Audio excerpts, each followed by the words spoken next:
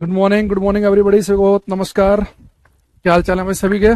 मेरे साथ जुड़ गए हैं रोहित, धीरज कुमार, ललित, किशोर, अरिजीत, साहू, सनी, सुष्मिता, मनीष, अरिजीत, शिवम, झा, विवेक, अंकित, राहुल, कोमल, ललित, किशोर, गजाला, गुड मॉर्निंग। रामपाल, इंदु कुमारी, सुमित, विक्रांत, नवनीत, सुमित, नीतीश। एक कल ही मैं कहानी सुन रहा था शम्स की नीतीश के ऊपर। एक बड़ा खूंखार व्यक्ति की कहानी थी, उसमें नीतीश मेरे दिमाग में चल रही थी। नीतीश हमारे साथ जुड़ भी गए हैं। लेखराज, अनूप, कुंदन, धीरज, मोनू, हुसैन, रोहित कुमार, कुशवाहा, लेखराज, कुंदन सिंह। चलो, आई होप कितने मैंने नाम लिए से आपको पता चल गया होगा कि वॉइस की क्वालिटी कैसी है। आपको मेरी आवाज साफ साफ आ रही होगी सभी को, मैं मान के चल रहा हूँ। बाल बाल उड़ रहे होंगे, आज पंखा बहुत तेज चल रहा है, गर्मी आ गई है। अब इस वीकेंड पे एसी की सर्विस कराई जाएगी क्योंकि लाइट इतनी ज्यादा जलती है कमरे में, माहौल पूरा गर्मा गर्म हो जाता है। बी एसएससी हो जाएगा, प्रीवियस ईयर क्वेश्चन कर लो, पता चल जाएगा हो जाएगा कि नहीं, है ना। जिन बच्चों को डाउट रहा करे कि आप जिस पेपर की तैयारी कर रहे हैं वो होगा कि नहीं होगा, तो जो टॉपिक हमने पढ़ा दिया है उस टॉपिक के आप अपने प्रीवियस ईयर के क्वेश्चन लगा लो, पता चल जाएगा होगा कि नहीं होगा। कल का पीएनजी मैंने भेज दिया था, नहीं मिलेगी आपको कल की पीएनजी। मैं देखता हूं, हो सकता है कई बार ना जिसे हम पीएनजी भेजते हैं वो लड़का जो है कई बार छुट्टी पे रहता है तो वो फिर नेक्स्ट डे डालता है। मैं चेक कर लेता हूं एक बार, शायद कल की क्लास नहीं डली है। मैं बोल देता हूं एक बार, गोविंद भाई कल की क्लास नहीं डली है अभी तक, ये कल की पीएनजी नहीं डली है, डाल दो। बच्चे बोल भी रहे हैं क्लास में, इसने अभी तक रीड ही नहीं की है, तो कल की पीएनजी नहीं मिली है, मिल जाएगी आपको, ठीक है। कब तक सिलेबस हो जाएगा, जब हो जाएगा पता चल जाएगा, ठीक है। चले, अच्छा कल मैं आपको बता रहा था रेले स्कैटरिंग, अगर आपको थोड़ा सा याद हो।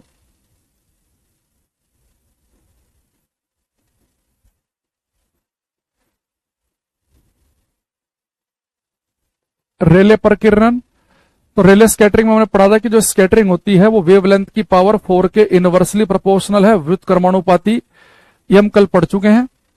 और इसमें मैंने कंडीशन बताई थी कि रेले स्कैटरिंग के लिए जो पार्टिकल का साइज है, मैं लिख रहा हूं डेल्टा एक्स है, पार्टिकल का जो साइज है वो लाइट की वेवलेंथ से बहुत ही छोटा होना चाहिए, तो रेले स्कैटरिंग काम करेगी, ठीक है।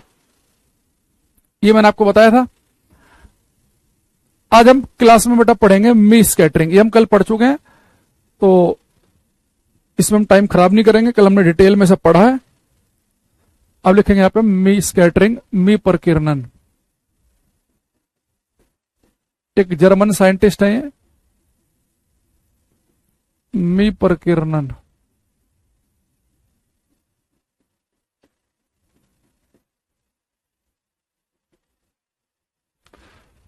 मी प्रकीर्णन, मी स्कैटरिंग, ठीक। देखो मी साहब ने हमारे से कहा कि भैया जो आपको रेले साहब बता रहे हैं ना ये, कि जिस कलर की वेवलेंथ कम, ये जो हम कल नाटक पढ़ रहे थे कि जिसकी वेवलेंथ कम उस कलर की स्कैटरिंग ज्यादा, जिसकी वेवलेंथ ज्यादा उसकी स्कैटरिंग कम। तो उन्होंने कहा कि रेले साहब का जो नाटक है ये हमेशा वैलिड नहीं है कि लाल रंग का प्रकीर्णन कम होगा, नीले रंगों का ज्यादा होगा। ये बात केवल तभी तक ही चल सकती है अगर लाइट ऐसे कणों के बीच से गुजर जाए, ऐसे पार्टिकल के बीच से गुजर जाए जिनका साइज प्रकाश की तरंग दैर्घ्य के सामने बहुत ही छोटा हो, तो ये बात सही है।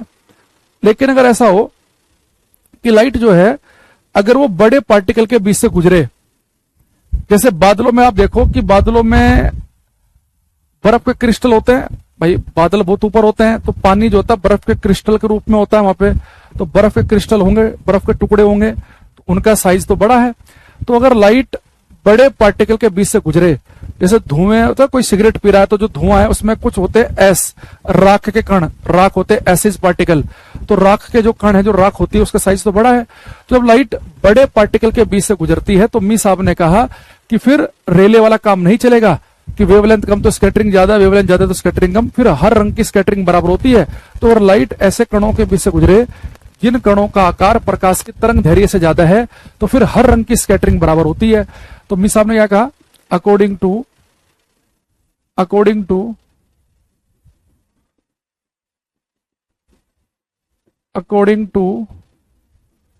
me scattering,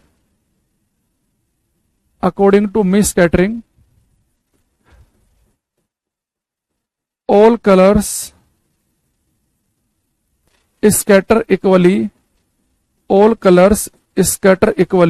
if size of particles are too big. All colors scatter equally if size of particles are too big to wavelength of light. Hindi में लिखेंगे, मी प्रकीर्णन के अनुसार, मी प्रकीर्णन के अनुसार सभी रंगों का प्रकीर्णन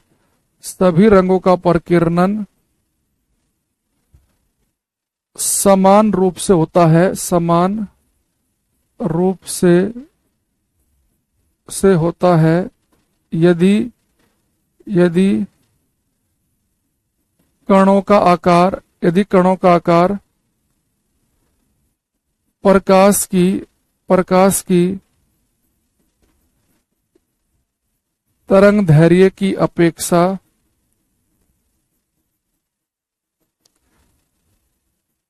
अत्यंत बड़ा हो।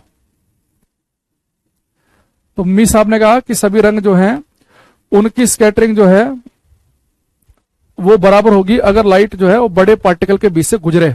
ठीक है, अच्छा मुझे एक चीज बताओ, अभी रेले साहब कह रहे हैं कि जिसकी वेवलेंथ कम उसकी स्कैटरिंग ज्यादा, जिसकी वेवलेंथ ज्यादा उसकी स्कैटरिंग कम, और मी कह रहा है कि सब रंगों की स्कैटरिंग बराबर होगी। तो आपको क्या लगता है किसकी बात सही है, रेले सही है कि मी सही है?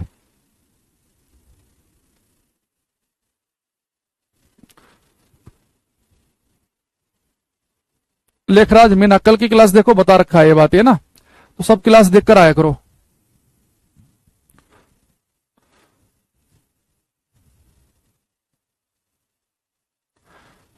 सनी का बिल्कुल ठीक आंसर आया जो मैं सुनना चाह रहा था। देखो विकास कुमार का गलत हो गया। देखो बेटा दोनों सही हैं अपनी अपनी जगह, कोई गलत नहीं है। देखो रेले कब सही है, रेले वाली जो बात है ये बात तब काम करेगी अगर लाइट ऐसे कणों के बीच से गुजर रही है, ऐसे पार्टिकल के बीच से गुजर रही है, जिन पार्टिकल का साइज को लिख रहा हूं मैं डेल्टा एक्स का मतलब यहां पे कणों का साइज। अगर कणों का साइज प्रकाश की तरंग दैर्घ्य से बहुत ही छोटा है तो रेले स्कैटरिंग की बात सही है।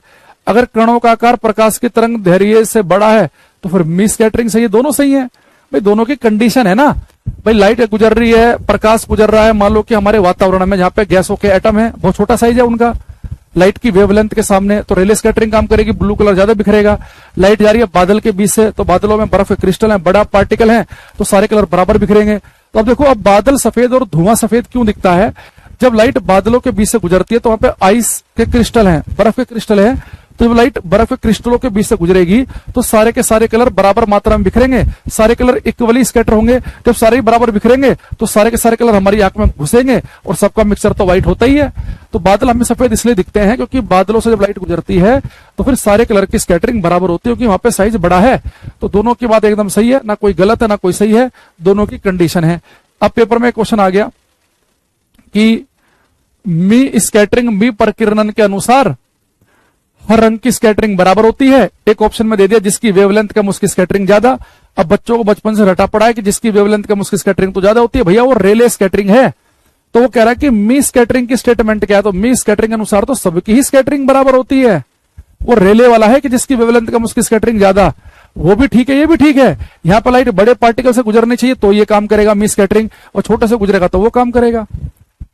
तो हमें पता चल गया कि आकाश नीला क्यों दिखता है। जब वो लाइट हमारे वातावरण से गुजरती है, हमारे एटमॉस्फेयर से गुजरती है वातावरण से, तो जो गैसों के पार्टिकल्स हैं उनका साइज छोटा है, तो उनसे गुजरते समय ब्लू कलर ज्यादा बिखरते हैं, ज्यादा स्कैटर होते हैं, तो बिखरा हुआ प्रकाश, नीला प्रकाश हमारी आंख में पहुंचता है तो हमें आकाश नीला दिखता है।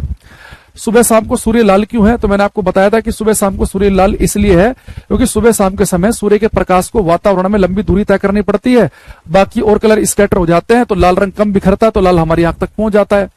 आज हम पता चल गया कि बादल और धुआं सफेद क्यों है, मिस स्कैटरिंग से। अच्छा, समुद्र नीला क्यों है? पहले हम ये मान के चलते थे, जैसे रेले ने ये बोला था कि भाई समुद्र जो है हमें नीला इसलिए दिखता है क्योंकि आकाश नीला है, तो उसका रिफ्लेक्शन है कि समुद्र हमें नीला दिख रहा है। तो बाद में सीवी रमन साहब ने कहा, चंद्रशेखर वेंकट रमन साहब ने, नहीं, जैसे लाइट प्रकाश जो है एयर पार्टिकल्स जो हवा में जो गैसें हैं उनसे टकरा के स्कैटर होती है ना, ऐसे लाइट को वाटर के मोलिक्यूल्स भी स्कैटर करते हैं। तो ब्लू कलर की स्कैटरिंग ज्यादा होती है वाटर मोलिक्यूल से, जो रेले साहब ने बताया, वो एयर में भी काम करेगा, वाटर मोलिक्यूल्स के लिए भी काम करेगा, इसलिए हमें समुद्र नीला दिखता है। क्योंकि जब लाइट जाती है वाटर से पास करती है तो जो वाटर मोलिक्यूल्स होते हैं वो ब्लू कलर को ज्यादा स्कैटर करते हैं, ज्यादा बिखेरते हैं, इसलिए हमें समुद्र नीला दिख रहा है। नहीं कि जो रेले ने बताया था एयर वाला, वो आप वाटर वाले पे भी लगा सकते हैं। लेकिन अब सीवी रमन साहब ने हमें ऐसा एक्स्ट्रा क्या बताया कि जिसकी वजह से उन्हें नोबेल प्राइज मिला, अब उसकी बात हम करेंगे क्लास में, ठीक है। यहां देखेंगे भाई, बिहार वाले बच्चे बहुत परेशान करते हैं, ये ना हर 2 मिनट में एक बिहार का बच्चा आ जाता है। बीपीएससी के लिए सफिशिएंट है क्या? बिहार एसएससी के लिए सफिशिएंट है क्या? बिहार टीचिंग के लिए सफिशिएंट है क्या? बिहार सीजल के लिए हो जाएगा क्या? भाई साहब क्यों खून पी रहे हो भाई आप? पढ़ने में मन नहीं है? आईपीएल देखो, बहुत बढ़िया चल रहा है, अपना रात को आईपीएल देखा करो लाइव 3 घंटे, और दिन में 4 बार उसकी हाईलाइट देखा करो, बढ़िया टाइम पास होगा। क्यों डेटा खराब कर रहे हो यहाँ क्लास में आगे, है ना। अब यहां पे लिखेंगे एक तरफ, इधर लिखेंगे elastic scattering,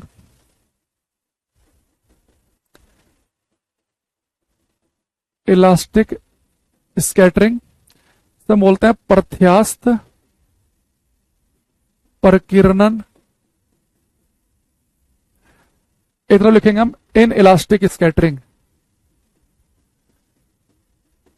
inelastic scattering अप्रत्यास्थ प्रकीर्णन, अप्रत्यास्थ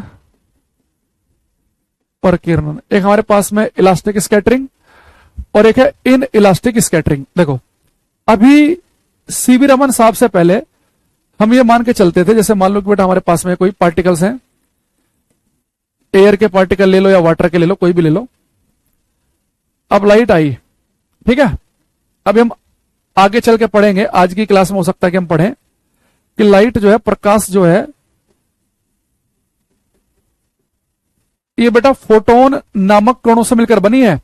यानी कि जब लाइट चल रही होती है तो आप ये मान सकते हैं कि जब लाइट चल रही है यानी कि फोटोन भाग रहे हैं, तो लाइट जिन पार्टिकल, जिन कणों से मिलकर बनी है उन्हें हम कहते हैं फोटोन। और ये फोटोन होते हैं एनर्जी के पैकेट, यानी लाइट का चलना एनर्जी का ही तो चलना है, ऊर्जा ही तो है लाइट, क्या है। अच्छा, जो एक फोटोन होता है उसकी एनर्जी होती है एच न्यू, तो एक फोटोन की एनर्जी होती है एच न्यू। यहाँ पे न्यू का मतलब है फोटोन की फ्रीक्वेंसी, आवृत्ति। तो फ्रीक्वेंसी के लिए वैसे हम एफ भी यूज करते हैं, पर फोटोन की फ्रीक्वेंसी, फोटोन की आवृत्ति के लिए न्यू का यूज किया जाता है, तो मैंने न्यू लिख लिया।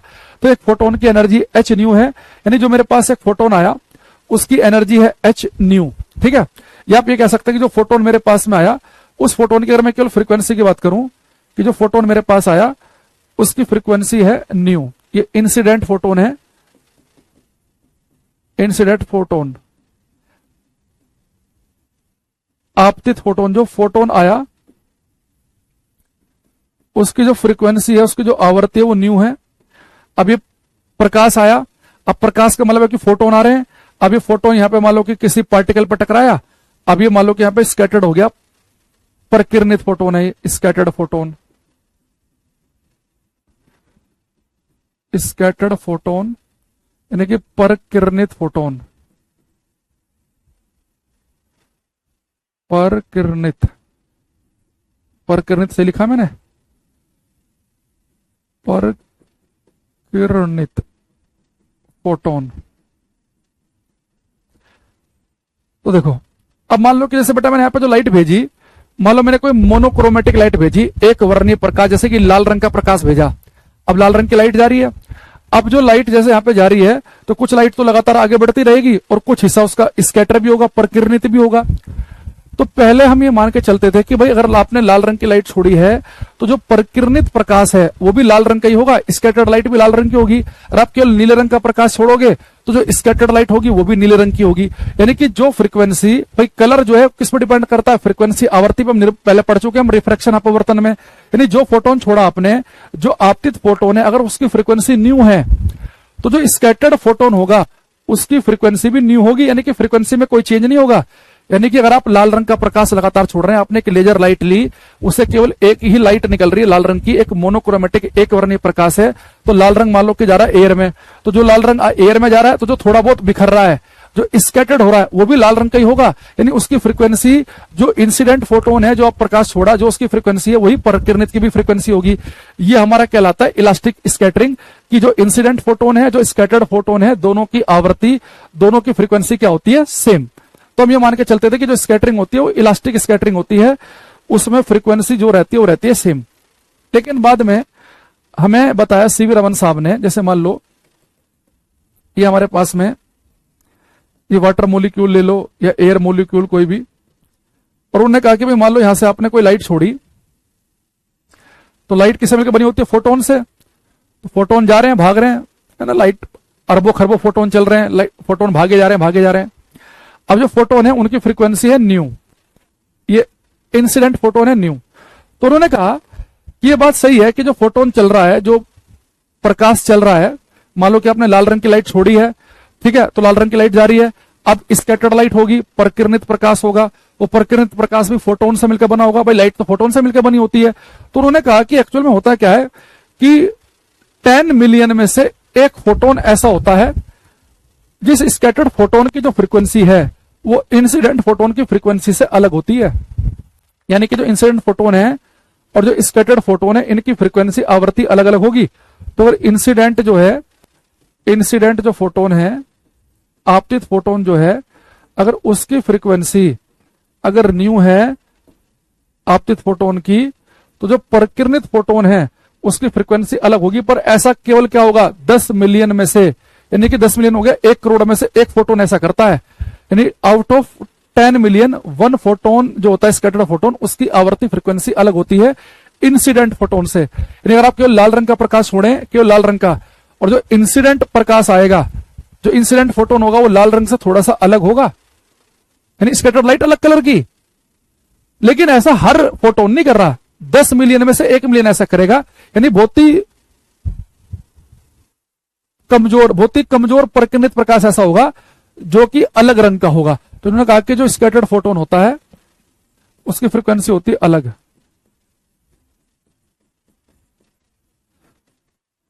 जो परिकिरणित फोटोन है इसकी फ्रीक्वेंसी अलग है, लेकिन ऐसा केवल कौन करता है बेटा, 1 आउट ऑफ 10 मिलियन, 10 मिलियन में से कोई एक फोटोन ऐसा करता है, 1 आउट ऑफ 10 मिलियन। तो 10 मिलियन में से एक फोटोन ऐसा होता है जिसकी फ्रीक्वेंसी इंसिडेंट फोटोन की फ्रीक्वेंसी से अलग है। तो वो फोटोन जिसकी फ्रीक्वेंसी अलग होगी उसकी जो स्कैटरिंग होती है उसे हम कहते हैं इन इलास्टिक स्कैटरिंग। तो इलास्टिक स्कैटरिंग क्या कह रही है हमें कि इंसिडेंट जो फोटोन है और जो स्कैटर्ड फोटोन है उन दोनों की फ्रीक्वेंसी आवृत्ति सेम होती है। इसमें हम यही मान के चलते थे कि जितने भी फोटोन जाएंगे जो फ्रीक्वेंसी होगी, बिखरने वाले फोटोन की फ्रीक्वेंसी भी वही होगी। अगर आपने लाल रंग का प्रकाश छोड़ा तो परिकिरणित प्रकाश में केवल लाल रंग ही होगा, उसके अलावा कोई और रंग होगा ही नहीं। लेकिन सीवी रमन साहब ने हमें क्या बताया कि अगर आपने लाल रंग छोड़ा है तो जो परिकिरणित प्रकाश है उसमें अधिकांश हिस्सा तो लाल रंग का ही होगा, पर बहुत ही कमजोर सा हिस्सा दूसरे रंगों का भी होगा। क्योंकि जो फोटोन आपका स्कैटर्ड हुआ, जो परिकिरणित हुआ, तो हर 10 मिलियन में से एक एक फोटोन ऐसे भी होते हैं। On an average her 10 million में से एक फोटोन ऐसा होता है जिसकी फ्रीक्वेंसी जो होती है अलग होती है। वो फ्रीक्वेंसी कम भी हो सकती है, ज्यादा भी हो सकती है, फ्रीक्वेंसी अलग होगी। जो मान लो कि आपने इंसिडेंट फोटोन भेजा, ये स्कैटर्ड फोटोन की आवृत्ति उससे कम भी हो सकती है और ज्यादा भी हो सकती है, पर अलग आएगी। तो इसे हम कहते हैं इनइलास्टिक स्कैटरिंग। तो इनइलास्टिक स्कैटरिंग तो कौन फॉलो करता है, रमन स्कैटरिंग। तो रमन स्कैटरिंग जो है ये इनइलास्टिक स्कैटरिंग का एग्जांपल है। रमन परिकिरणन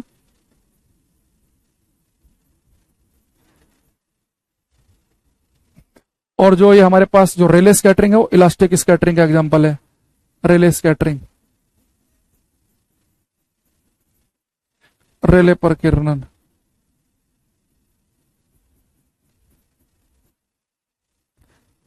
तो ये एग्जाम्पल आपको ध्यान रखना है।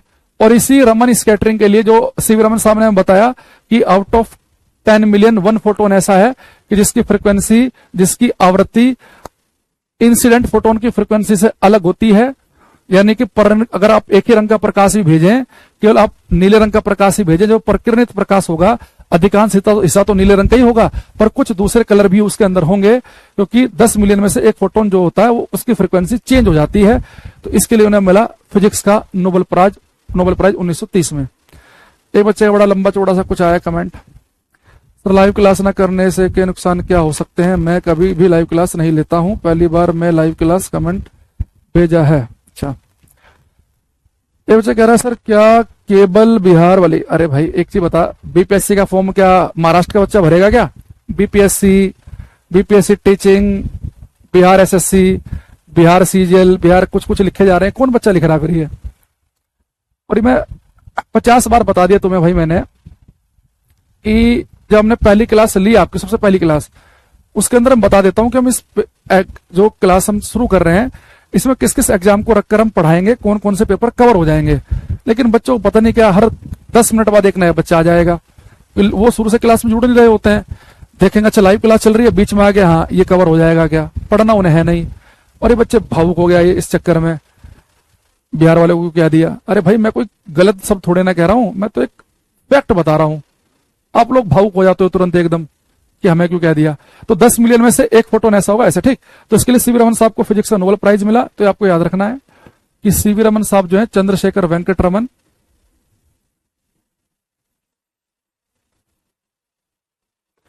सीवी रमन साहब ये कौन है? Nobel prize winner,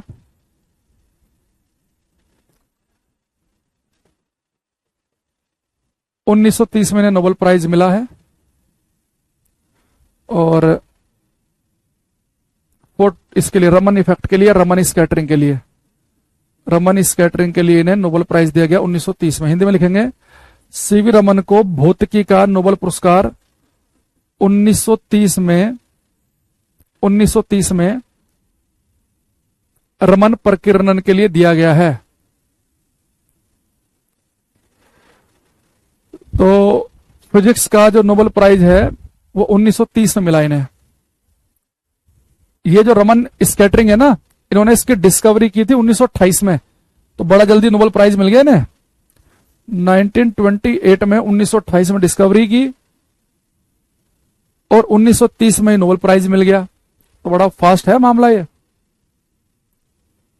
CV Raman साहब का। किस तारीख को मिला? सन पूछता, तारीख वारीख तो भाई नहीं पूछा, गूगल कर लेना तारीख का। तो अब तारीख तो मैं कितनी याद करे घूमूंगा इसकी, पर शायद मुझे कंफर्म नहीं है, शायद 10 दिसंबर को मिला, 10 दिसंबर, इसे देख लेना एक बार, 10 दिसंबर 1930 को, ठीक है। तारीख वारीख कोई नहीं पूछ रहा, तारीख याद करनी भी नहीं है, गूगल कर भी लोगे तो भी भूल जाना, ठीक है। तो सीवी रमन साहब को नोबेल प्राइज मिला है 1930 में रमन स्कैटरिंग के लिए, नमन प्रभाव के लिए, ठीक है। तो जो हम कल से क्लास में ये स्कैटरिंग पढ़ रहे थे, स्कैटरिंग में आपसे इससे बाहर कुछ नहीं पूछेगा। स्कैटरिंग में ये पूछ सकता है कि बादल सफेद क्यों दिखते हैं, तो किस स्कैटरिंग जैसे मी स्कैटरिंग। आपसे पूछ सकता है कि आकाश नीला क्यों दिखता है, रेले स्कैटरिंग। सीवी रमन साहब को नोबेल प्राइज क्यों मिला रमन स्कैटरिंग के लिए? वो इलास्टिक स्कैटरिंग बताती है कि इनइलास्टिक स्कैटरिंग बताती है, कि जहां पर वो बता रही है कि आने वाले फोटोन और स्कैटर्ड फोटोन की फ्रीक्वेंसी अलग अलग है, पर ऐसा केवल 10 मिलियन में से, 1 करोड़ में से एक फोटोन ऐसा करेगा। इसके अलावा आपने कल क्लास में क्या पढ़ा कि हमारी आंखों के लिए सबसे ज्यादा सुग्राही रंग कौन से हैं, मोस्ट सेंसिटिव कलर कौन से हैं? तो मैंने बताया था आपको, वो है ग्रीन और येलो, जिसकी वेवलेंथ बनती है 5550 एंगस्ट्रोम। किसी अंतरिक्ष यात्री के लिए आकाश का रंग काला होगा, चंद्रमा में खड़े व्यक्ति के लिए भी आकाश का रंग काला है, और ब्लैक बॉक्स जो पाया जाता है वो ऑरेंज कलर का होता है ना। इस तरह की जितनी हमने बातें की उन्हें ध्यान रखेंगे। अब पढ़ते हम आगे की तरफ। रमन स्कैटरिंग स्पेक्ट्रोस्कोपी में बड़ा काम करती है। अगर आपने बीएससी एमएससी में पढ़ा हो रमन स्कैटरिंग, तो उसमें एंटी स्टोक्स और स्टोक्स लाइनें आती हैं। ये स्पेक्ट्रोस्कोपी में बहुत क्रांतिकारी बदलाव किया है इसने। मोलिकुलर स्ट्रक्चर वगैरह को स्टडी करने में बड़ा काम आता है, बहुत जगह काम आता है, स्पेक्ट्रोस्कोपी में बड़ा।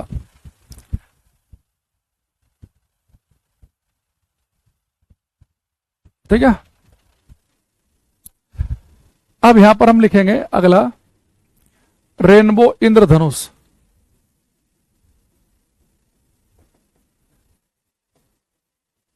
रेनबो इंद्रधनुष। अब इस पर आ जाओ। देखो, अगर कोई छोटा बच्चा मेरे से आके पूछे कि भैया ये बताओ ये रेनबो इंद्रधनुष क्या होता है, 5वीं क्लास का बच्चा है, तो मैं उसे फर्जी ज्यादा ज्ञान तो नहीं दूंगा, है ना। उसे मुझे बहुत ही आसान शब्दों में बताना पड़ेगा ताकि जो जानना चाह रहा है उसकी क्यूरियोसिटी शांत हो जाए।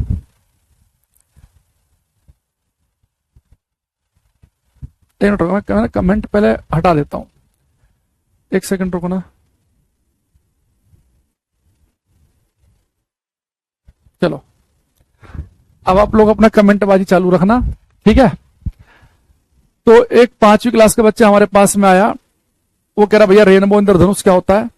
तो मैं उसे क्या बोलूंगा, भाई जिस दिन आपको आकाश में एक साथ 7 रंगों का पैटर्न दिखे, एक साथ आपको आकाश में 7 रंग दिखाई दें, तो समझ जाना कि भाई 7 रंग आपको दिख रहे हैं आकाश में एक साथ, तो आप ये समझ जाना कि भैया ये रेनबो इंद्रधनुष निकल गया। यानी कि रेनबो के लिए सबसे इंपॉर्टेंट कंडीशन ये है कि हमें 7 रंग दिखने चाहिए। यानी जब मुझे आकाश में एक साथ 7 रंगों का पैटर्न दिखेगा उसे हम कहेंगे रेनबो। तो बेटा यानी कि रेनबो के लिए लाइट का 7 रंग में टूटना इंपॉर्टेंट है, और जो सन की लाइट व्हाइट लाइट है इसका 7 रंग में जो स्प्लिट होना है, 7 रंगों में जो टूटना है, इस घटना को हम कहते हैं डिस्पर्जन, वर्ण विक्षेपण। जैसे लाइट प्रिज्म से गुजरती है और 7 रंगों में स्प्लिट हो जाती है, वो घटना हमारी डिस्पर्जन कहलाती है। तो लाइट का 7 रंगों में स्प्लिट होना, 7 रंगों में टूटना कहलाता है डिस्पर्जन। तो अगर पेपर में कभी आ जाए कि रेनबो के लिए, इंद्रधनुष के लिए सबसे इंपॉर्टेंट कंडीशन क्या है, तो हम बोलेंगे रेनबो के लिए इंपॉर्टेंट कंडीशन है कि लाइट का डिस्पर्जन होना। तो सबसे पहले लिखेंगे हम रेनबो के लिए डिस्पर्जन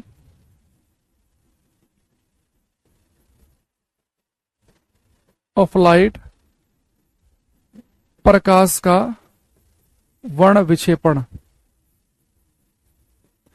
आपको सोचो दुनिया भर की घटनाएं हो जाएं और लाइट 7 रंगों में टूटे ही ना, तो क्या आप बोल दो कि रेनबो निकल गया आज। रेनबो के लिए 7 रंग तो दिखने चाहिए ही, रेनबो का मतलब ही है। तो डिस्पर्जन की हम डेफिनेशन लिखेंगे, splitting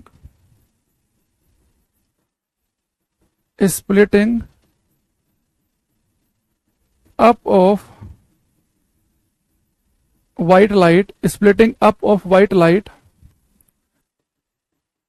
into 7 colors, splitting up of white light into 7 colors is called dispersion of light। Hindi में लिखेंगे सफेद प्रकाश के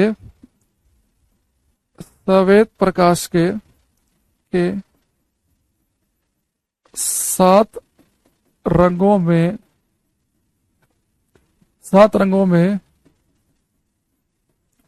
टूटने की घटना को, सफेद प्रकाश के 7 रंगों में टूटने की घटना को प्रकाश का वर्ण विक्षेपण कहते हैं। वर्ण विक्षेपण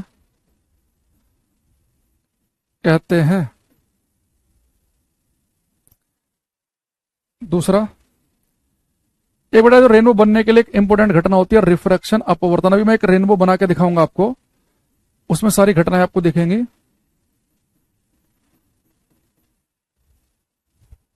रिफ्रैक्शन, अपवर्तन। एक जब रेनबो बनता है, एक बेटा उसमें होता है इंटरनल रिफ्लेक्शन,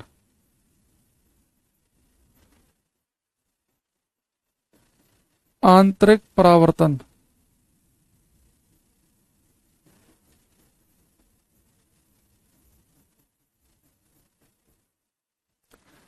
इंटरनल रिफ्लेक्शन। देखो बहुत सारी किताबों में लिखा होता है कि जब रेनबो बनता है तो वहां पे लिख देता हूं टोटल इंटरनल रिफ्लेक्शन। और पूर्ण आंतरिक परावर्तन नहीं है, लाइट इंटरनल रिफ्लेक्ट होती है, परावर्तित होती है, पर पूर्ण रूप से परावर्तित नहीं होती, थोड़ी सी दूसरे मीडियम में भी जाती है। एनसीईआरटी को फॉलो करेंगे हम। एनसीईआरटी में साफ साफ लिखा उसने रेनबो के, जहां पर उसने टॉपिक पढ़ा रखा है कि रेनबो में ये भैया टोटल इंटरनल रिफ्लेक्शन नहीं है, हालांकि कॉम्पिटिटिव एग्जाम में दिक्कत क्या होती है कि वो इवन कॉम्पिटिटिव एग्जाम में भी टोटल इंटरनल रिफ्लेक्शन ही लिख देता है, तो फिर मजबूरी में हमें इंटरनल रिफ्लेक्शन को चूज करना पड़ जाता है। तो वो मजबूरी है क्योंकि क्वेश्चन बनाने वाला है ठीक से नहीं बना रहा है। तो रेनबो के लिए 3 घटनाएं हैं। एक ये है, जब रेनबो बनेगा तो लाइट 7 रंगों में टूटेगी, डिस्पर्जन होगा। एक लाइट का रिफ्रैक्शन अपवर्तन होगा, लाइट अपना मीडियम बदलेगी। हवा से कहां जाएगी? पानी की बूंदों के अंदर, वर्षा की बूंदों के अंदर जाएगी, मीडियम बदलेगी। वर्षा की बूंदों से बाहर निकलेगी तो रिफ्रैक्शन तो होगा ही होगा, मीडियम चेंज करेगी। और लाइट रिफ्लेक्ट भी करती है, परावर्तित भी होती है। अब मैं आपको रेनबो बना के दिखाता हूं जहां पे हमें तीनों घटनाएं दिखेंगी, डिस्पर्जन भी, रिफ्रैक्शन भी और इंटरनल रिफ्लेक्शन भी। ठीक है, देखो सबसे पहले हम समझते हैं कि रेनबो हमें दिखता कब है। रेनबो हमें केवल उस दिन दिखाई देगा अगर बारिश मेरी आंखों के सामने हो रही है, तो उस समय सूर्य मेरी पीठ के पीछे होना चाहिए। यानी सूर्य इधर हो, जब मैं बारिश को देख रहा हूं, ऐसे बारिश मुझे दिख रही हो, तो उस समय ऐसा ना हो कि सूरज भी उधर ही हो और बारिश भी उधर ही हो, सूरज पीठ के पीछे हो, तो तब आपको रेनबो दिखेगा। तो मान लो कि इस तरह बारिश हो रही है,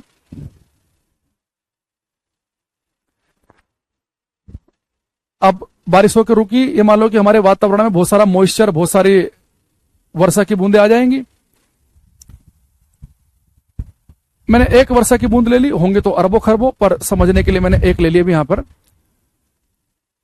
ये इधर रेन ड्रॉप है, वर्षा की बूंद है, और इधर पीठ के पीछे सूर्य देवता, ये सन है। ठीक, देख लो कोई सन हो कमेंट में क्या चल रहा है भाई। ठीक है, अब देखो, अब ये सूर्य है, अब सूर्य से चलिए व्हाइट लाइट।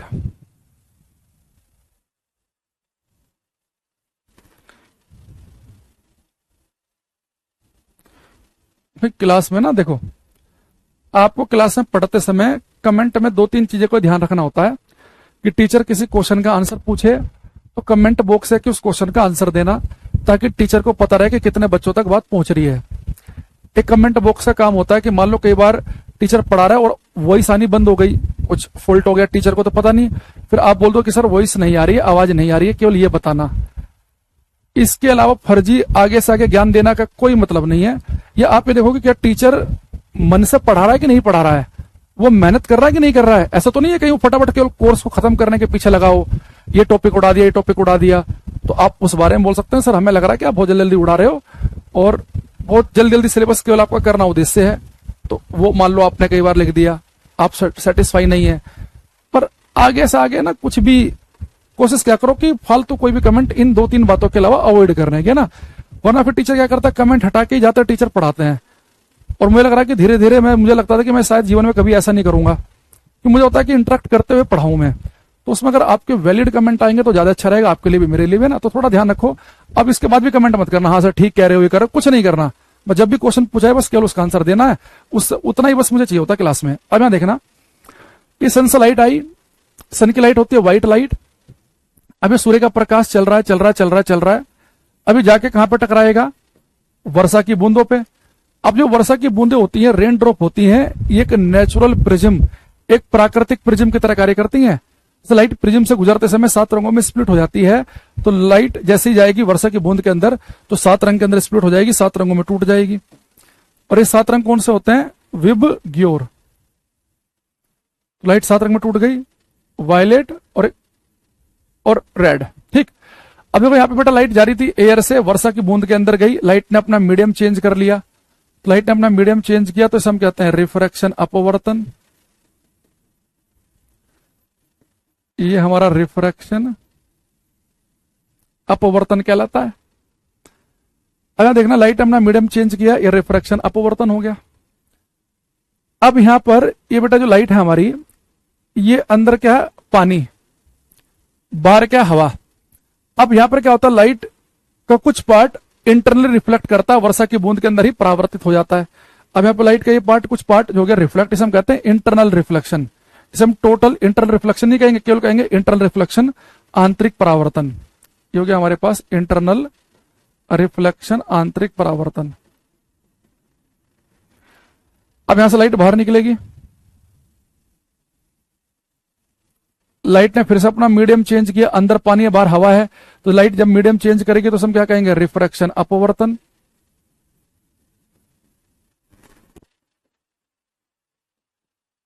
अब जो व्यक्ति यहाँ अपनी छत पे खड़ा है, इसकी आंखों में 7 अलग अलग कलर पहुंचेंगे और ये क्या बोलेगा, भाई साहब रेनबो दिख रहा है आज तो जिस दिन रेनबो बन रहा है, मुझे एक चीज बताओ, क्या लाइट मीडियम चेंज कर रही है कि नहीं कर रही है? आपको बिल्कुल कर रही है, 2 बार कर रही है, बल्कि एक बार वर्षा की बूंद के अंदर जा रही है, एक बार बाहर भी आ रही है।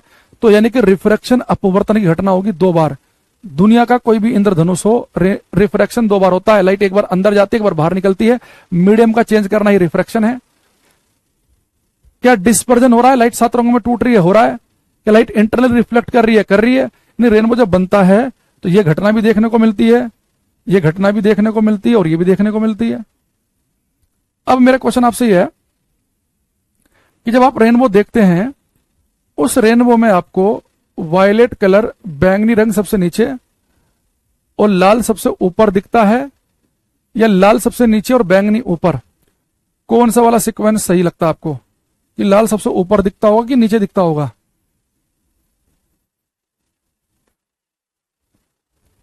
ये बताओ।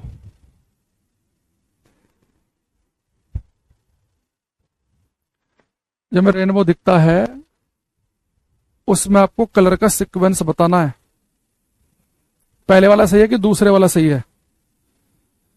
कल की भाई पीएनजी आपकी डल गई है, ये मैसेज हमारे पास में पहुंच गया है।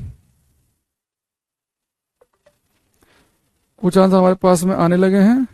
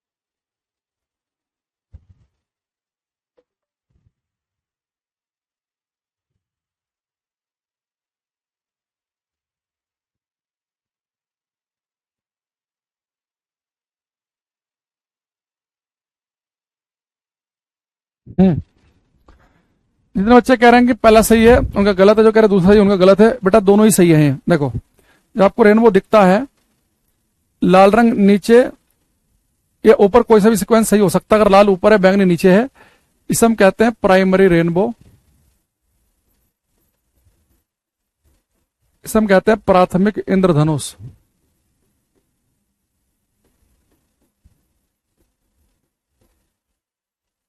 अगर लाल नीचे हो, बैंगनी ऊपर हो, इसे हम कहते हैं सेकेंडरी रेनबो। सेकेंडरी रेनबो,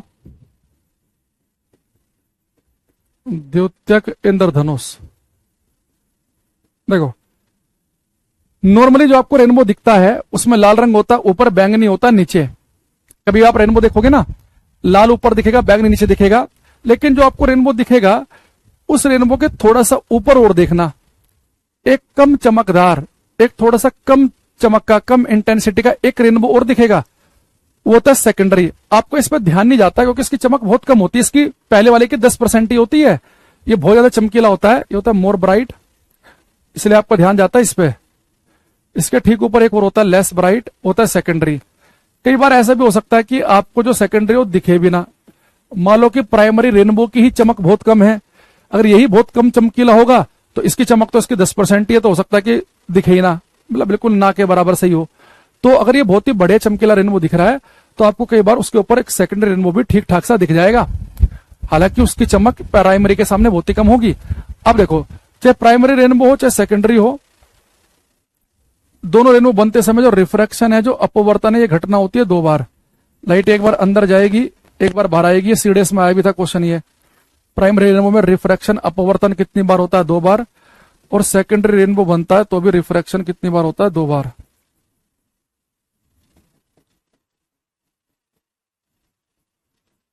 ठीक। अच्छा, दूसरी चीज, अब देखो इसमें फर्क क्या है प्राइमरी और सेकेंडरी में कि वहां लाल ऊपर है लाल नीचे है। देखो अगर लाइट एक ही बार रिफ्लेक्ट हो रही है, अरे मैंने क्या टीआर तो लिख दिया, अच्छा सॉरी। अब यहाँ पे फर्क क्या है कि यहाँ पे लाल ऊपर दिख रहा है प्राइमरी में, सेकेंडरी में लाल नीचे दिख रहा है। देखो लाइट बेटा अंदर गई, अगर लाइट केवल एक ही बार इंटरनली रिफ्लेक्ट करे, एक ही बार आंतरिक रूप से परावर्तित करके बाहर निकल जाए, तो देखो वायलेट कलर नीचे रेड ऊपर, तो आपको दिख रहा है प्राइमरी रेनबो। लेकिन जब ये लाइट इंटरनली रिफ्लेक्ट करके बाहर निकलती है तो इसका कुछ पार्ट, थोड़ा सा पार्ट फिर से इंटरनल रिफ्लेक्ट करता है। अब ये लाइट बाहर निकली, अब इसमें अगर आप ध्यान से देखेंगे ये वायलेट कलर पहुंच गया ऊपर और रेड आ गया नीचे। यानी जो सेकेंडरी रेनबो होता है उसमें जो लाइट जो इंटरनली रिफ्लेक्ट करती है वो दो बार करती है। यानी अगर लाइट एक ही बार आंतरिक परावर्तन के बाद बाहर निकल जाए, एक ही इंटरनल रिफ्लेक्शन हो, एक ही आंतरिक परावर्तन हो, तो बनेगा हमारे पास में क्या, प्राइमरी रेनबो। लेकिन अगर इंटरनल रिफ्लेक्शन दो बार हो, लाइट दो बार आंतरिक रूप से परावर्तित हो और फिर बाहर निकले, तो जो रेनबो बनेगा वो बनेगा सेकेंडरी रेनबो। यहां पे एक बार होता है, यहां पे दो बार। रिफ्रैक्शन अपवर्तन दोनों में दो दो बार होगा, लेकिन जो रिफ्लेक्शन है, जो परावर्तन की घटना है, यहां पर एक बार होती है और वहां पर कितनी बार होती है, दो बार। हाँ देखो एक बच्चे ने एंगल भी लिख दिया, मैं भूल गया था ये बताना, वरना रह ही जाता है। देखो जब आप रेनबो देखते हैं ना, प्राइमरी रेनबो दिखता है नीचे और सेकेंडरी दिखता है ऊपर, तो जो आपकी साइट वाली, जो आपकी ये नजर, जो आपकी आंखें हैं, यहां से एक लाइन सीधे खींचो, सीधे लाइन खींच गई, इसे हम बोलते हैं लाइन ऑफ साइट। ये वाली जो लाइन है ना, इसे अगर आप अपना जब गर्दन ऊपर को झुकाओगे रेनबो देखने के लिए, तो प्राइमरी रेनबो में वायलेट कलर देखने के लिए आपको 40 डिग्री ऊपर गर्दन झुकानी पड़ेगी। ये 40 डिग्री का एंगल बनता है और ये 42 डिग्री पे। तो प्राइमरी रेनबो में वायलेट कलर 40 पे दिखता है और रेड दिखता है 42 पे। हालांकि एग्जैक्ट 40-42 नहीं है, थोड़ा पॉइंटों में वैल्यू होती है, राउंड फिगर में 40-42 है। सेकेंडरी तो इसके भी ऊपर बनता है, तो इसमें रेड कलर दिखता है 50 डिग्री के एंगल पे, ये लगभग दिखाई देता है 53 डिग्री के एंगल पे। तो प्राइमरी रेनबो में जो एंगल है वो 40-42 है और ये 50-53। आप चाहो तो नहीं याद कर सकते हैं। सर जब प्राथमिक इंद्रधनुष के ऊपर द्वितीय केंद्र दिखाई देता है, वह तो उसकी परछाई दिखाई देती है, उसकी परछाई क्यों दिखेगी, वो सेकंड रेनबो है जिसमें वो लाइट के कुछ पार्ट जो दो बार रिफ्लेक्ट होकर बाहर निकल रहा है, उसकी वजह से बन रहा है ये 40-42 और 50-53। ठीक है, तो पहले में 40 और 42, दूसरे में 50 और 53। ठीक है। अच्छा एक क्वेश्चन मेरा आपसे ये है कि दोपहर के ठीक 12 बजे आपको इंद्रधनुष किस दिशा में दिखाई देगा, दोपहर के 12 बजे, ईस्ट वेस्ट नॉर्थ साउथ। अगर पेपर में ऐसा क्वेश्चन आ जाए कि दोपहर के 12 बजे रेनबो कहां दिखेगा, तो आप किस पे टिक लगाएंगे, ईस्ट वेस्ट नॉर्थ साउथ। तो हमारा आंसर क्या बनना चाहिए,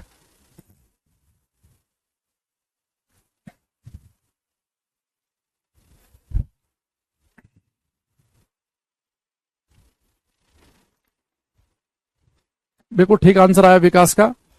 दोपहर के 12 बजे रेनबो दिखेगा ही नहीं भाई। 12 बजे सूरज भी सर के ऊपर है, बारिश भी सर के ऊपर हो रही है, दोनों एक ही तरफ हैं, तो दोपहर के 12 बजे आपको रेनबो इंद्रधनुष दिखाई नहीं दे सकता। दोनों अपोजिट होने चाहिए ना, तभी तो रेनबो दिखता है।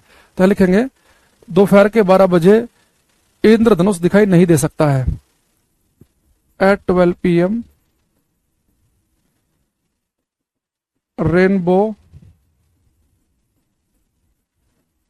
Can not be seen. दोपहर के 12 बजे इंद्रधनुष दिखाई नहीं दे सकता है। ठीक है, तो 12 बजे रेनबो नहीं दिखेगा।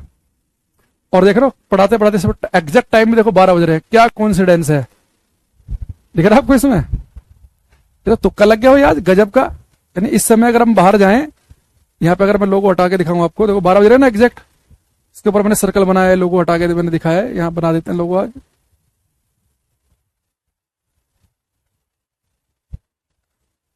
ये परफेक्ट तुक्का लग गया यार, गजब काम हो गया आज तो है। 10 साल के टीचिंग करियर में पहली बार ऐसा हुआ है, और ऐसा कोई सोच समझ के नहीं है, बिल्कुल एकदम कोइंसिडेंस है, प्योर, बिना, क्योंकि देखो आप ऐसे सोच भी नहीं सकते ना कि हम ऐसे करें, जीवन में कुछ भी हो सकता है कभी भी। और आपको यकीन नहीं आएगा, अभी मैं शायद 1-2 दिन पहले सर किसी क्लास में मैं पढ़ा रहा था, और तब शायद 12 बज के कुछ 7-8 मिनट कुछ ऐसे हो रहे थे, तो मेरे दिमाग में ऐसे पता नहीं हल्का सा ना, कहीं मैंने सोचा नहीं, बस ऐसा हल्का सा कुछ झलक सी आई कि क्या पता कभी ऐसा हो कि 12 बजे ही मैं पढ़ा रहा हूँ और उस समय 12 बजे हो। बस आया और अपने आप चला गया। और आज जब मैं लिख के मेरी ऐसे नजर पड़ गई, और हो सकता है अगर मैं पहले से सोच लेता तो हाथ स्पीड कम ज्यादा ऐसी हो जाती कि शायद उस समय सेट ही ना बैठ पाता। यार ये बढ़िया तुक्का लग गया, मजा आ गया आज एकदम, जीवन में याद रहेगा। अगली बार टॉपिक पढ़ाते हो हर क्लास में, एक क्लास में ऐसी घटना भी घटी थी। अब देखो, जो बच्चे इस क्लास में रेलवे की तैयारी कर रहे हैं, टेक्नीशियन ग्रेड 3 की, वो जनरली उसमें आपके रे ऑप्टिक्स आता है, ठीक है। अब और लेकिन थोड़ा सा मैं आपको कुछ बातें बता रहा हूं इसमें, जैसे कोई बच्चा सीडीएस वगैरह की तैयारी कर रहा हो, है ना, जो टीचिंग विचिंग वाले बच्चे हैं, वो थोड़ा सा देख लेना। रेलवे में ये थोड़ा जो मैं आगे बताने वाला हूं, ये उतना ज्यादा इंपॉर्टेंट नहीं है। इसमें पर कुछ काम की बातें यहां पे भी हमें पढ़नी है, जो फेमस बातें, कई बार 10 तक का सिलेबस बोलते हैं पेपर में, लेकिन हर टॉपिक में एक आध चीजें वो ऐसी पूछ लेता है जो 11वीं और 12वीं क्लास में पढ़ाई जाती हैं। तो थोड़ा थोड़ा जितना हमारे काम का है, बहुत ज्यादा डीप में ना जाकर उतना आपको सीखने की जरूरत है। तो एक तरफ हम लिखेंगे हम इंटरफ्रेंस, व्यतिकरण, इंटरफ्रेंस व्यतिकरण, इधर लिखता हूं मैं डिफ्रैक्शन विवर्तन, विवर्तन।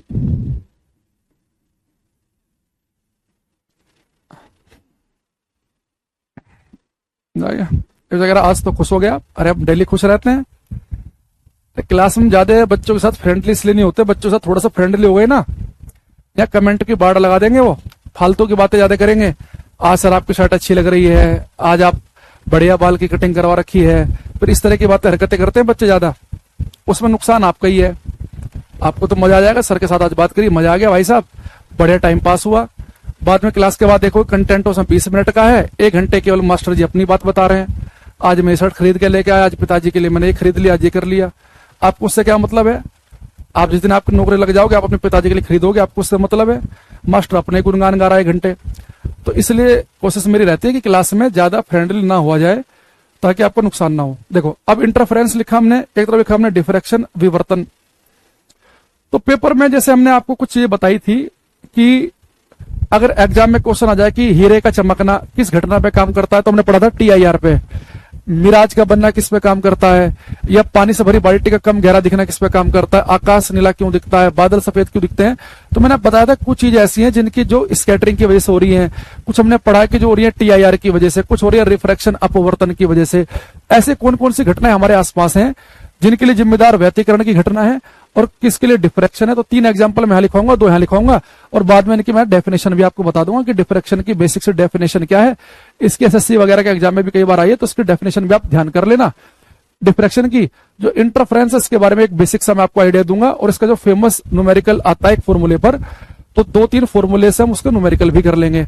तो ये वेव ऑप्टिक्स वाला पार्ट होता है जो डीपली हमें 12th क्लास में पढ़ाया जाता है, पर बहुत ही जो बेसिक जानकारी जो कॉम्पिटिटिव एग्जाम में भी आ जाती है, वो हमें सीखने की जरूरत है। ठीक है, अब यहां देखेंगे। अब इंटरफ्रेंस जो है, इसमें हम 3 एग्जांपल लिखेंगे, डिफ्रैक्शन में 2। अब जैसे मान लो कि कभी ऐसा हो कि बारिश हुई, और बारिश होते तो पता है सबसे पहले दिमाग में क्या आता है? चाय और पकोड़े। अब आपके पिताजी ने कहा भाई वो जो अपना कल्लू पकोड़े वाला है, चिंटू इधर आओ, और चिंटू से कहा कि चिंटू पकोड़े लेके आओ। चिंटू आप में से मतलब कोई भी एक है, ठीक है। अब चिंटू गया पकोड़े लेने। अब बारिश होके अभी रुकी है, सड़क पूरी गीली है। तो आपने देखा होगा कि जब सड़क पर जाते हैं तो जगह जगह आपको तेल के धब्बे दिखते होंगे, कई जगह किसी गाड़ी से, मोटरसाइकिल से। अगर डीजल या पेट्रोल गिर गया तो डीजल पेट्रोल पानी के ऊपर फैल जाता है, उसकी डेंसिटी कम होती है, हल्का होता है, पानी के ऊपर तैर जाएगा। अब जो डीजल पेट्रोल पानी के ऊपर फैलता है तो आपने उसके अंदर कलरफुल पैटर्न देखे होंगे कि जैसे केरोसिन ऑयल या डीजल पेट्रोल जब पानी में फैलता है तो लाल, हरे, नीले रंगों के धब्बे से दिखते हैं। तो पेपर में क्वेश्चन आता है कि जो एक फिल्म बोलते हैं, इसमें बहुत ही जो पतली परत होती है तो फिल्म कहते हैं फिजिक्स में, कि जो एक ऑयल की जो फिल्म बन जाती है, जो एक लेयर बन जाती है पानी के ऊपर, तो इस फिल्म में जो आपको कलरफुल पैटर्न दिखाई देते हैं, ये कलरफुल पैटर्न प्रकाश की किस घटना की वजह से होते हैं? तो उसमें टिक लगाएंगे इंटरफेरेंस, प्रकाश के व्यतिकरण पे। मिराज रात में बन सकता है? रात में कैसे बनेगा भाई? है? क्यों बनेगा रात में? पहले तो ये बताओ कि जी रात में इसलिए बनेगा।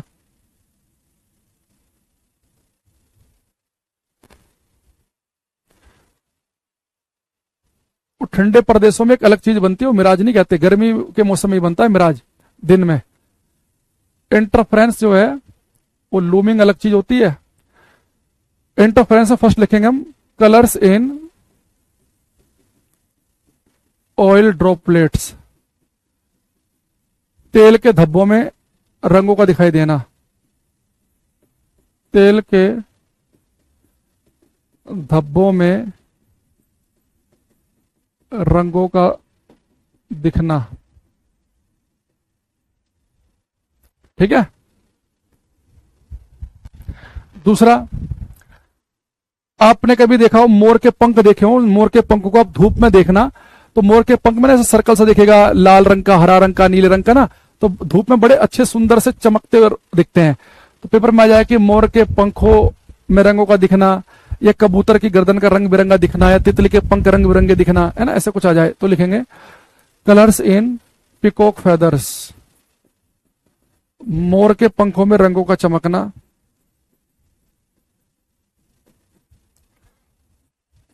मोर के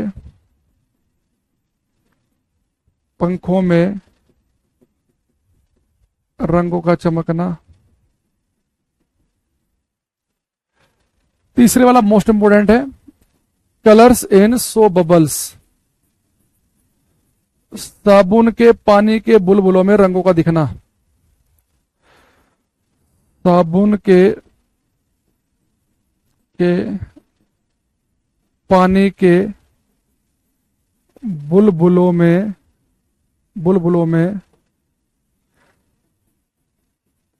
रंगों का दिखना। आपने देखा होगा ना, अगर आप 100 बबल्स लो, साबुन के पानी के बुलबुले बचपन में आपने बनाए होंगे, ठीक है।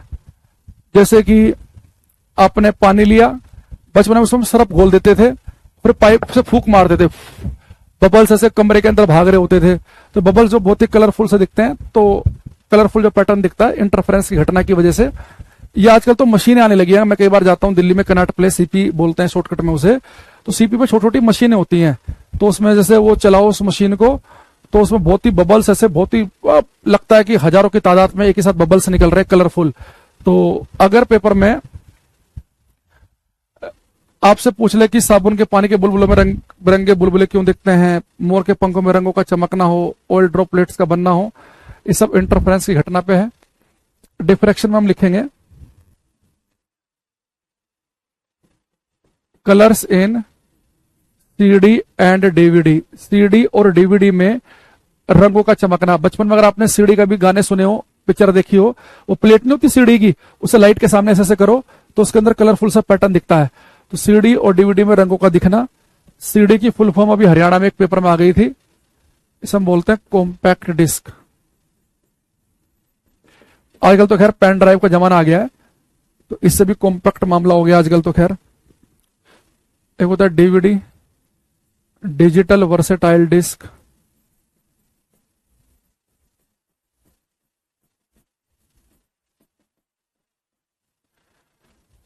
Digital versatile disc. एक लिखेंगे इसमें हम कलर्स इन होलोग्राम, होलोग्राम में रंगों का दिखना, होलोग्राम में रंगों का दिखना। होलोग्राम समझते हैं आप? जैसे आप कोई बुक खरीद के लेके आओ और उस बुक के ऊपर एक स्टिकर सा चिपका होता है, उसमें लिखा भी होता है कृपया ये पुस्तक खरीदने से पहले होलोग्राम जरूर देखें। तो उस होलोग्राम को जब आप ऐसे लाइट के अंदर देखते हैं, कलरफुल सा पैटर्न दिखता है, ऐसे से करेंगे तो वो जो कलरफुल पैटर्न आपको दिखाई दे रहा है वो डिफ्रैक्शन की घटना की वजह से विवर्तन। ठीक। अब अगर आप प्रीवियस ईयर के क्वेश्चन देखेंगे, अभी हम इनके डेफिनेशन पे आएंगे। अगर आप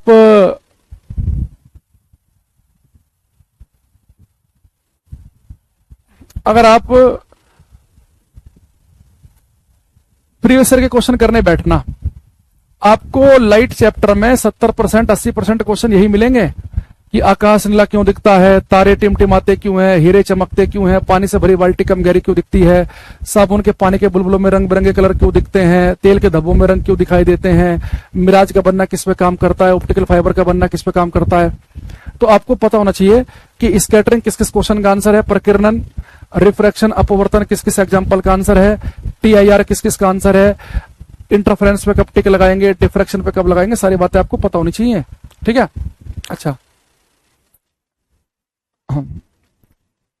अब एक यहां पर हम लिखेंगे डिफ्रैक्शन ऑफ लाइट, इसकी definition.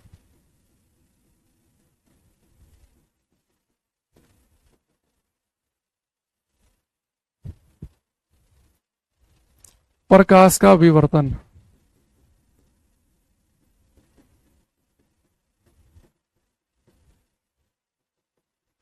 Diffraction of light. Hologram से लगाते हैं कि पता करने के लिए कि वो बुक ओरिजिनलिटी के लिए ना, उस प्रकाशन का एक अपना एक यूनिक होलोग्राम रहता है, उस वजह से। अब यहां देखना डिफ्रैक्शन देखो है क्या। अगर मैं आपसे एक बात बोलूं, तो मान लो यहां पर एक स्क्रीन है, पर्दा है, और यहां पर एक मैंने कोई अवरोध, एक ऑब्स्टेकल रख दिया, और मान लो यहां पे कोई सोर्स ऑफ लाइट है, ये मान लो कोई बल्ब है। अब आपको पता बेटा, जो लाइट निकलेगी, जो प्रकाश निकलेगा, प्रकाश तो सीधी रेखा में चलता है। तो यहां से लाइट जो निकली, लाइट निकली, और जो इस कोने से लाइट पास करेगी वो यहां पहुंच गई, और इस वाले कोने से गुजरने वाली लाइट भी यहां पहुंच गई। इसके अलावा जो भी लाइट जाएगी यहां बीच में, वो तो ब्लॉक हो जाएगी, है ना। और जो इधर लाइट जाएगी वो तो जा ही सकती है पर्दे पे, ये भी लाइट पहुंच जाएगी, यहां पे भी पहुंच जाएगी प्रकाश, पर्दे पर यहां भी पहुंच जाएगा। पर जो इतना हिस्सा है, इतने हिस्से में जाने वाला प्रकाश तो ब्लॉक ही हो गया। यानी इतना हिस्सा जो है वो परछाई वाला होना चाहिए। यानी कि ज्योमेट्री के अकॉर्डिंग अगर हम ये मान के चलते हैं कि प्रकाश तो हमेशा सीधी रेखा में ही चलता है, तो अकॉर्डिंग टू ज्योमेट्री अगर हम ये माने कि प्रकाश सीधी रेखा में ही चलेगा, और प्रकाश के सामने अगर हम कोई अवरोध रख देंगे तो इतना हिस्सा तो प्रकाश का ब्लॉक हो जाएगा। तो यानी कि इतने हिस्से में परछाई होनी चाहिए, यानी कि शैडो रीजन होना चाहिए, यानी कि होना चाहिए shadow reason, geometrically shadow reason, geometrically shadow reason, ये हमारा होना चाहिए परछाई वाला क्षेत्र। यानी कि इतने हिस्से में परछाई होनी चाहिए, ए से लेके बी तक होनी चाहिए परछाई। ज्योमेट्रिकली शैडो रीजन क्या है हमारा, ए से बी। अब ये इतने वाले हिस्से में तो भाई यहां तो लाइट जा ही सकती है, यहां भी जा सकती है। यानी कि हमारा क्या है, ये चमकदार इल्यूमिनेटेड एरिया होना चाहिए, यानी कि यहां पे होनी चाहिए चमक, यानी यहां पे चमक दिखेगी, यहां चमक दिखेगी, यहां पे होना चाहिए हमारा शैडो। ज्योमेट्रिकली बता रहा हूं अभी मैं, एक्चुअल में क्या होता है उसकी बात करेंगे हम बाद में। अब ऐसे मैंने बेटा फिर से एक पर्दा लिया यहां पे, और यहां पे मैंने क्या किया, एक स्लिट, एक छिद्र ले लिया, स्लिट, और यहां पे मान लो कोई सोर्स से लाइट निकल रही है। तो आप सभी को पता है कि लाइट अगर सीधी रेखा में चलती है तो जो बिल्कुल इस कोने से बिल्कुल लाइट पास करेगी वो यहां पहुंच गई, यहां पहुंच गई, और बीच में तो पहुंच ही जाएगी। यानी कि इतना हिस्से में होना चाहिए चमक, यानी कि हमारा क्या होना चाहिए, इल्यूमिनेटेड एरिया, चमकदार एरिया, इल्यूमिनेटेड रीजन। अब यहां जो लाइट जाएगी बेटा तो ब्लॉक हो जाएगी, यानी कि इधर जो रहेगा मेरा, ये क्या होना चाहिए, शैडो रीजन, शैडो रीजन, परछाई वाला क्षेत्र। इतना हिंदी इंग्लिश तो समझ रहे होंगे ना, शैडो यानी कि परछाई, और इधर भी क्या होना चाहिए, शैडो।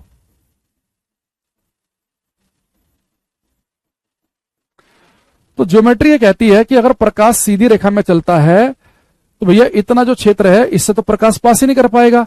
तो बिल्कुल जो, अगर मैं बिल्कुल एग्जैक्ट, जो बिल्कुल कोने से भी गुजरने वाला प्रकाश है वो यहां तक, इस वाले पॉइंट पे पहुंच सकता है, इस वाले कोने से भी यह पहुंच सकता है, यानी इतने क्षेत्र में तो प्रकाश पहुंचेगा ही नहीं। यानी कि यहां परछाई बननी चाहिए, ये इल्यूमिनेटेड एरिया होना चाहिए, चमकीला एरिया, जो मैंने निशान से बना दिया है।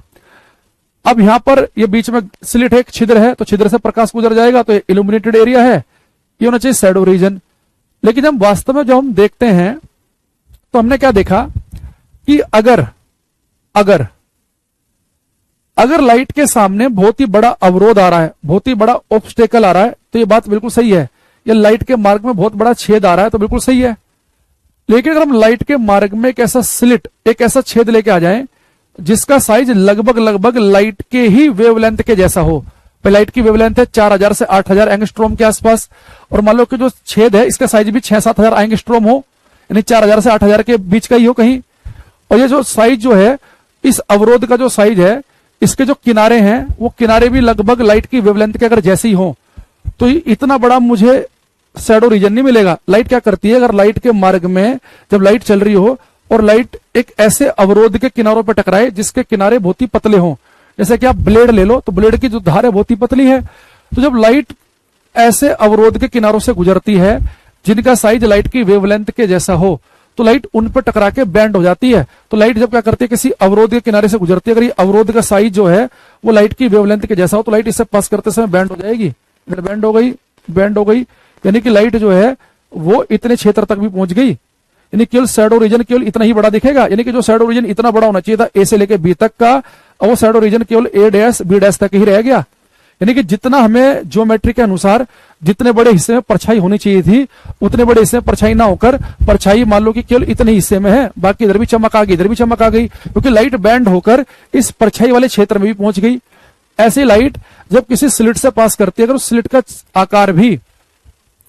का आकार भी लाइट की वेवलेंथ के जैसा हो, तो लाइट उससे पास करते समय भी बैंड कर जाती है। तो लाइट इस परछाई वाले क्षेत्र में पहुंच जाएगी, बैंड करके इसमें पहुंच जाएगी। यानी कि जो इल्यूमिनेटेड एरिया है जितना हम सोच रहे थे उससे बड़ा हो जाएगा। तो लाइट का छिद्र से पास करते समय या किसी अवरोध, किसी ऑब्स्टेकल के किनारों के पास से गुजरते समय जो मुड़ जाना होता है, जो उसकी जो बेंडिंग है, उसे हम कहते हैं डिफ्रैक्शन। लेकिन ये बेंडिंग हमेशा नहीं होगी कि लाइट के सामने इतना बड़ा गड्ढा आ गया तो उससे पास करते समय भी लाइट बेंड कर रही है ना।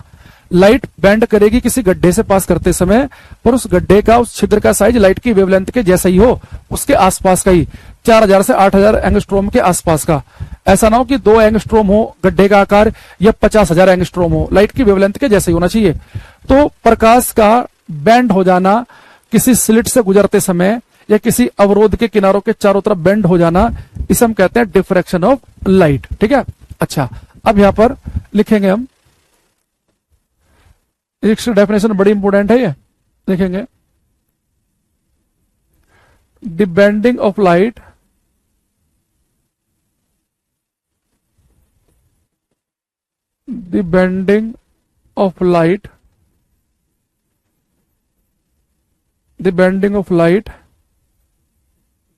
when it passes through a slit, or around the corners of an obstacle is called diffraction of light, Hindi में लिखेंगे, प्रकाश का किसी छिद्र से गुजरते समय, प्रकाश का किसी छिद्र से गुजरते समय या अवरोध के किनारों के चारों तरफ मुड़ जाना, अवरोध के किनारों के चारों तरफ मुड़ जाना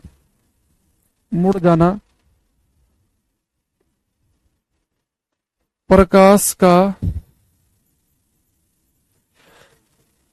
विवर्तन कहलाता है। प्रकाश का किसी अवरोध के किनारों के चारों तरफ मुड़ जाना प्रकाश का विवर्तन कहलाता है। लेकिन याद रखना, प्रकाश की बेंडिंग ऐसा नहीं होगी दीवार सामने आ गई तो दीवार के किनारों से गुजरते से मुड़ जाए। दीवार के किनारे तो बहुत बड़े बड़े हैं, तो बेंडिंग के लिए स्लिट यानी कि छिद्र का आकार या जो अवरोध के किनारे हैं उनका साइज लाइट की वेवलेंथ के ऑर्डर का होना चाहिए। तो यहां पर लिख लेंगे एक चीज, इसकी condition,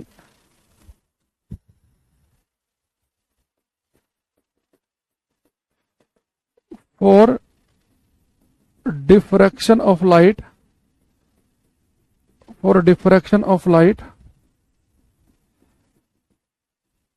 size of obstacle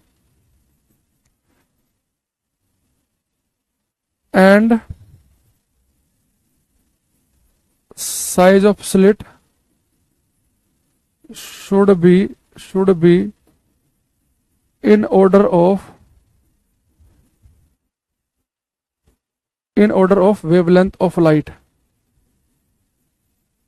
Hindi में लिखेंगे प्रकाश के विवर्तन के लिए अवरोध और छिद्र का आकार प्रकाश की तरंग दैर्घ्य की कोटि का होना चाहिए। प्रकाश के विवर्तन के लिए अवरोध और छिद्र का आकार के लिए अवरोध और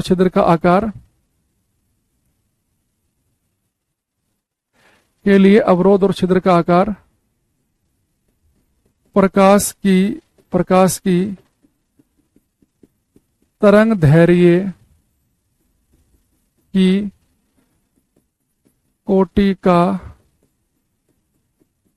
होना चाहिए। ठीक है, आगे बात समझ में। चलो बाकी इसमें हम इंटरफेरेंस के बारे में कल बात करेंगे क्लास में, लाइट के नेचर की बात करेंगे, और कल जो होगा इसमें हम लाइट का ये कोशिश करेंगे कल आपका खत्म हो जाए, और फिर परसों क्लास में लेंस और मिरर वाला पार्ट स्टार्ट कर दिया जाए। तो सर मैंने अभी तक सारी कोडेड क्लास देखी है, आपकी क्लास 23 तक पहुंच गया, मैं बायो क्लास 10 बच्चे हैं पढ़ा हूं, आपसे पढ़ने के बाद मुझे बहुत नई चीज बताने को मिली बच्चों को, हरीश कह रहे हैं। ओके सर, आप 11th-12th का फिजिक्स को पढ़ाते हैं, मेरी सिस्टर को क्लास करनी। 11th-12th का नहीं पढ़ा रहे हैं, पहले हम एक जगह टाइप था कैरियरविल का, तब चल रही थी वहां पे स्कूलिंग की क्लास, अभी शायद नहीं चल रही है वहां पे, नहीं तो मैं बता देता कहाँ पढ़ो। मजा आ गया। चलो अब हम कल खत्म करेंगे लाइट को, फिर उसके बाद लेंस और मिरर वगैरह का तो और डिटेल में पढ़ना है हमें, है ना। चलो सर ऑनलाइन क्लास के लिए कौन सा चश्मा लें? ब्लू कट वाला ले लो, 0 पावर वाला, अगर आपको चश्मा नहीं लगा तो। हो सके सैटरडे को भी क्लास, नहीं सैटरडे को क्लास अभी थोड़ी सी संभावना कम है, भविष्य में हो सकता है कि ले लें, है ना। Tarachand Verma, Shivam Jha, okay bye, take care everybody, thank you everyone.